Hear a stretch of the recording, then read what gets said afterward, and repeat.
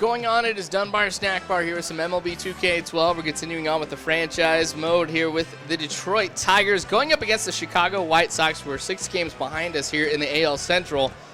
Really, they're my only competition thus far. This series against them has been pretty tough.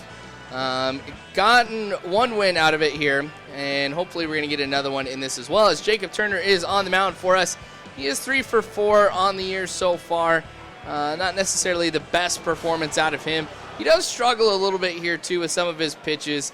He is my number 5 starter, so, of course, he's not going to be anywhere near where Justin Verlander is. But really, his only decent pitch, I feel, is his 2-seam fastball. So you should be expecting to see that quite a number of times here thrown in this game. That just tends to be how I go. I like to use fastballs more than anything else. So typically, you will just see those more as it is anyway. But now that we're got a steady lead here in the AL Central, I just got to be careful to make sure that I do not lose this 6-game lead against the White Sox. That's why this series is absolutely important for us here, just to kind of expand that a little bit. And we haven't, like I mentioned, been able to get too much of a lead. It would have been nice to have been able to sweep them here in this, and I think that might have given me enough breathing room to be able to finish the season here with the way that we're playing. Do get the strikeout here on the curveball. Nothing too fancy on that. It's not like it's a 12-6 or anything like that. It's just your traditional curveball here. But, hey, as long as it gets a strikeout, I really don't care too much here. But in the second inning now here, things have been pretty boring thus far here. But this is going to be the first hit of the game coming from the White Sox. This one rolls into center field. It is nice to have Austin Jackson back with us now that he is all healthy and everything. He was away for quite a bit. Another hit, though. Back-to-back hits for the White Sox.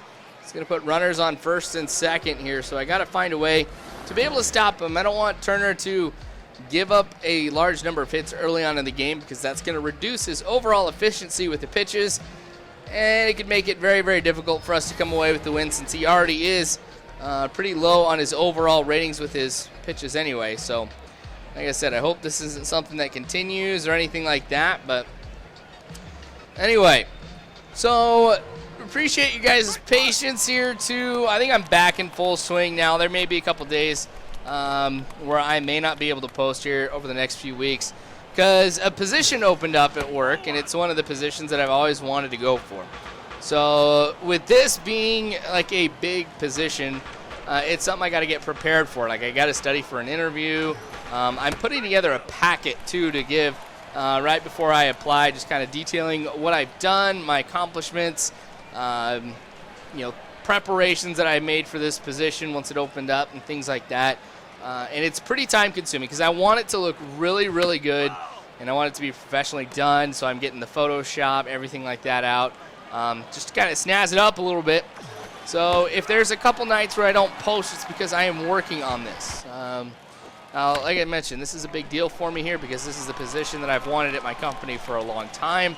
It's really going to come down to me and one other person, I think. So I got to do the best that I can. And I know you guys understand. I mean, after all, now that I got a wife and a kid on the way, a job means a lot more to me now. Simply because this is how I'm going to provide for them, things like that. Anyway, double play here, not too hot for us here in the third inning now. Basically, not too much has happened. I mean, we've let a lot of time go by here, almost 4 minutes now. But it has been something here where it's been more defensive in nature here, except for the White Sox, who've been able to string together a few hits. And in the third inning, looks like they're going to continue to get a couple more hits as this one goes in a right field. Now, this instance here, I'm a little bit more worried about them scoring a run than I was before because there are no outs at all. So knowing the way that the computer works, we're going to be seeing a hit here pretty soon. Both of them are going to be coming home. At least that's what I'm expecting here. So hopefully we'll be able to stop him. This is where Turner earns his paycheck here, but right to him, and he makes the catch. That's out number 2. So out number 1 was actually really interesting. It was a ball that I should have caught. Went out to Rayburn, but he wasn't able to hold on to it, so it ended up being a ground ball, and still able to get one person out here. But anyway, go strike number 1 here, a fastball inside. You guys know, too, that whenever I'm pitching, I always focus on the blue areas. That's obviously their weakest areas. You want to throw whatever pitches you can right there. Pretty lucky that he was ahead of that one. Otherwise, that may have ended up in the black area, which would have been a big hit, possibly a home run out of Adam Dunn, and then that would have been a 3-0 game. This one goes foul here as well. So 0-2 count here now for Turner. Let's see what I'm going to throw here. Oh, the changeup. Swings and misses, but that's okay. They'll be back in this one. All right, so now we get a hit here. Another one towards the tally. Getting a runner on base now for us here, too. So Alex Avila helping us out with that hit. Hopefully we'll be stringing something together here. Now going up against Sale, this is going to be a tough game. Sale is a pitcher I always find it tough to go up against. I mean, he is a great pitcher. Definitely shows through in the game here as well. Able to get over to third here now with runners on first and third. Less than 2 outs. You guys know what's coming. I'm going to be stealing. Watch that one here because I didn't want to risk a double play or anything like that. So now runners on second and third. So this works well for me. Scudero gets over to second. So Austin Jackson up at the plate now. Hopefully he's going to be able to get us a hit and help us out, but it doesn't turn out that way. So still in the fourth inning. Nobody's been able to score a run quite yet, which means, of course, we're looking at a 0-0 game.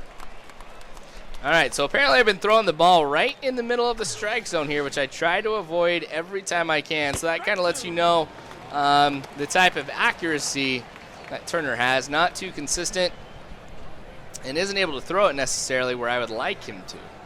So I got to guess, hope that I'm close, but it doesn't work all the time. Ball one right there here as I try to throw it high, see if I can catch him swinging. We're going to try it again here with the four-seamer. See if we can get the strikeout. It works. I usually save throwing high with the fastball here for particular parts of the game where I feel it's going to be absolutely important that I go ahead and get the strikeout. It works out right there as well. All right, so Miguel Cabrera up now. Ooh, that one's going into right field, right into the corner. That's going to end up being a double for Miguel Cabrera, who helps the team out here with that extra base hit.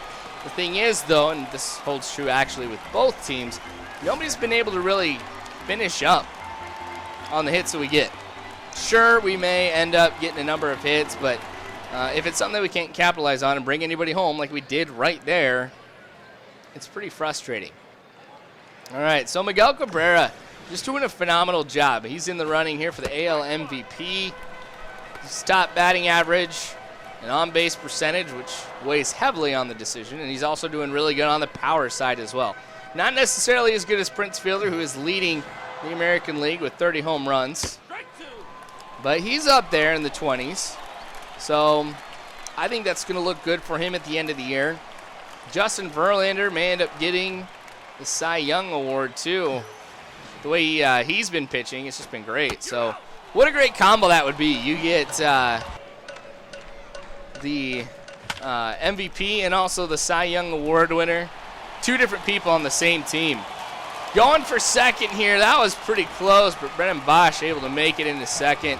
I guess it wasn't ridiculously close or anything, but I'm glad that I'm able to get the double here out of him with 1 out.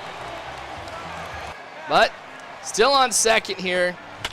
Oh, man. Oh, wait. It worked. I got on base. Heck yes. A lot of times whenever you throw something at the, or you hit it towards the pitcher like that and it rolls off of his feet, it's almost a guaranteed out. But, ooh, that one's high. That would have ended the inning too, so one runner comes home. Wow, talk about lucky right there. That's just your standard throw from the shortstop over to first base, but that ends up being too high. I get a run off of a mistake here, so in the 7th inning, I'm trying to hold on to a 1-run lead. Brennan Bosch, of course, came home on that one. But, man, I tell you what, I think we see errors every once in a while, you know, whenever I'm playing this game here, but it seems like every time, though, or almost every time, that we do see an error, it ends up being something that weighs heavily on the outcome of the game. So a mistake by the computer right there. That hurt. All right, so now they got to try to come back here. But the thing is with the way that the White Sox have been playing, a 1-run lead really isn't something I should be getting too excited about. I know they can turn it around pretty quick. This could be a 2-1 game here with a shot that goes over the wall, a decent hit into the gap, allow him to come home. But a strikeout works here, and that's going to end the inning, so we are in the bottom of the 7th now. Brennan Bosch getting a hit. Now he's been having just a tremendous game for us here, helping out in a number of different ways, so I guess I should be thanking Brennan Bosch, or the virtual Brennan Bosch, for this. Do you know the game calls him Bosch? Brennan Bosch? That always frustrated me. But anyway, that's 2K Sports for you. All right, another one going to the gap here. I'm going to go ahead and round second. I'm going to head over to third. This one's going to be close. Brennan Bosch makes it, and I thought that I was going to be out here because I've been out by a shorter distance than that, and I don't know what took the computer so long to put the glove down, but it works well for me. So again, runners on first and third. Once again, I'm going to be heading over to third, or to second here. Makaro Scudero also getting a stolen base. That's his second from the game, and you really don't see that out of him, but hey, if you keep hitting like this, you're also going to keep getting some stolen bases here too. Pretty embarrassing, but that's a pass ball that ends up allowing another runner to come home. Scudero heads over to third.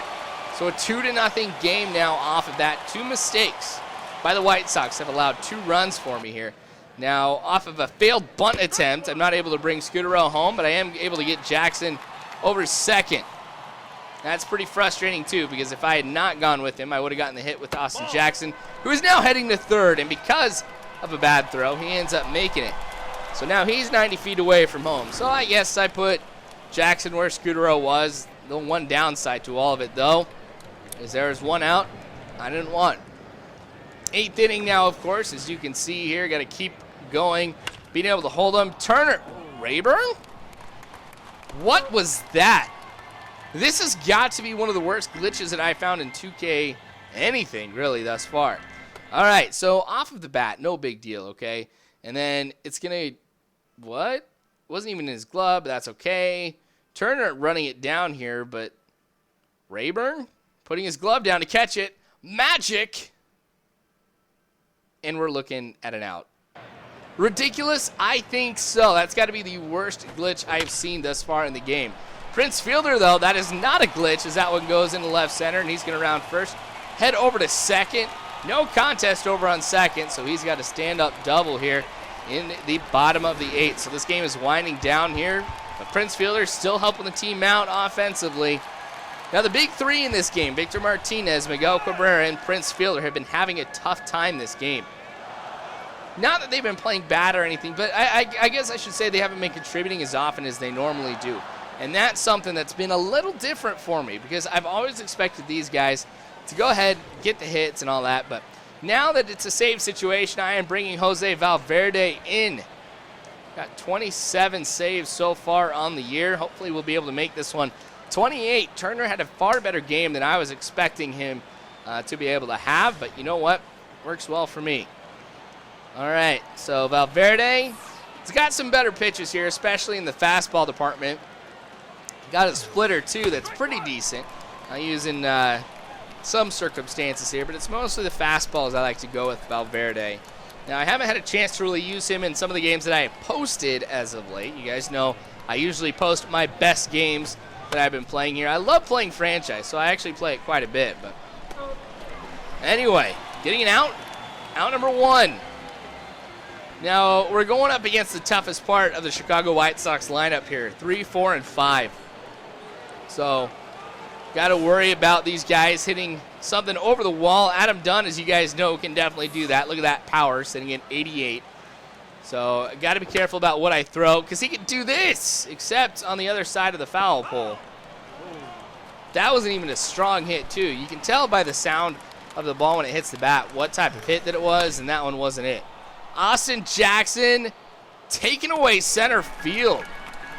So I'm glad to have him back. I mean, if I have anybody else there in center field, I'm usually worried about a hit like that. But Austin Jackson running it down, making it out number 2 for us. So now we may be able to get out of the game. You can see 2 strikeouts. Let's see if we can make it 3 here. Come away with the win. I think this will be big for me. A good morale booster here. Miguel Cabrera showing that he still has the arm over at third. getting the last out of the game. So Jose Valverde gets the save. Turner ends up getting the win. We end up winning this one as a team, 2-0 here over the White Sox. So helping me out in the rankings here for the AL Central, being able to expand my lead. I do have the best record in baseball right now, but I can't forget that I'm also playing for a division here. It's good to be able to hold them back. But anyway, thanks so much for watching, you guys. More again in a couple days as I'll be heading back playing the franchise. But again, you guys are awesome. Thank you so much. Feel free to subscribe, you guys, if you haven't already. You guys also know you can follow me on Facebook and Twitter and all that jazz. But again, really, you guys are awesome. Thank you so much. And as always, I hope you guys have a good one.